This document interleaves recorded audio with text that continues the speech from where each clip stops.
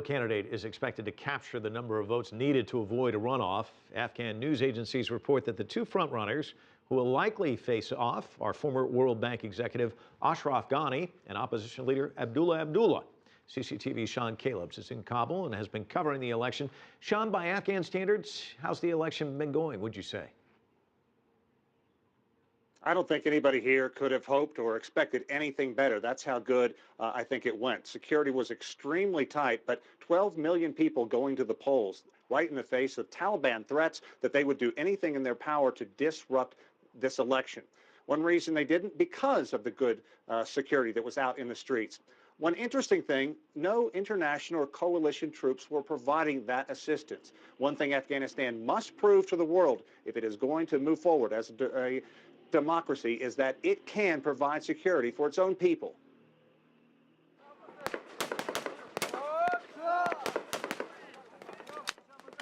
This is where all the troops who provided security for Afghan's historic presidential election got their start. Basic training at the Kabul Military Training Center, or KMTC. Major Ghulam Farouk has been here 8 years and is one of the senior trainers. Look around. There are no U.S. or international soldiers overseeing Afghan officers. For the last several years, it has been solely Afghans training Afghans. I'm proud when new soldiers come and learn something new from me.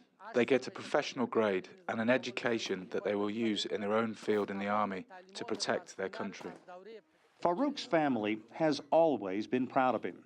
Now this nation is embracing the Afghan National Army after they did what few thought they could pull off, keeping the Taliban at bay during the important vote.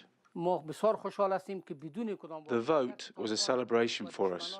The Taliban threatened us and swore to disrupt the election, but they were not able to disrupt the vote. This is the major his soldiers don't get to see. At home with his family, 3 sons and the baby of the bunch. A daughter with Down syndrome, who has a special place in her father's heart. Farouk says he fights so they can have a better life. We are the ones who should guard our country. We are prepared to die so our country can live in peace, and we will not back down, even if it means we will be killed. Before the pivotal election, those may have just been words to many Afghans. But shopping in a middle-class market, Farouk knows the ANA has newfound respect. But one very good day against a very entrenched enemy doesn't win a war. U.S. troops are leaving Afghanistan, and a drained international community is less inclined to help prop up this country's young army. But it's a start, and just as importantly, something to build on. At the end of every class, teachers tell them, we are all Muslims, we are all brothers, we are all one Afghan, and with one name we will defend our country. Well, Major Farouk said it best, saying it was a celebration. That was a feeling echoed really among people in this city. But they really need to temper that enthusiasm. The Taliban didn't go away. They did launch about 1,000 smaller attacks throughout this country, mostly in the rural provinces far outside Kabul. But again, they need to keep their guard up, Mike. The Taliban didn't go away, and no one expects this that this quiet period will last forever.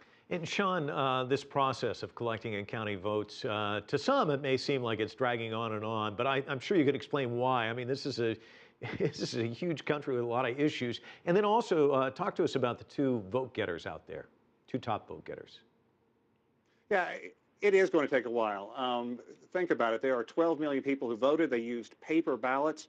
Far-flung provinces, they actually had to basically rent 3,000 donkeys to carry ballot boxes to some areas, some far-off provinces. So presumably those donkeys are going to have to be reloaded and carry those ballots back. Then they must come to a central location and be counted. And even getting those ballots could be dangerous as well. The Taliban could strike trying to bring those into one area. They're going to count them, issue an update periodically as who is leading. And then by May 15th, at best, we should know who is going to win. However, that's presuming there is no fraud, no corruption, and that's really what characterized the 2009 vote. Dr. Abdullah Abdullah, the first foreign minister of this country when Hamid Karzai was president back in 2002, he filed a number of abuse and corruption charges back in 2009. That election simply ended in a fiasco. So Abdullah Abdullah probably has the best name recognition throughout this country, but Dr. Ashraf Ghani is pretty much an economic genius, and a lot of people looking to him to get this country back on its feet. He said earlier that you really can't expect foreign aid to prop up a country. They must develop from within, and he says he has plans to take this workforce from unskilled to skilled and later on to professional. Mike? Sean Callebs live for us in Kabul. Thanks so much.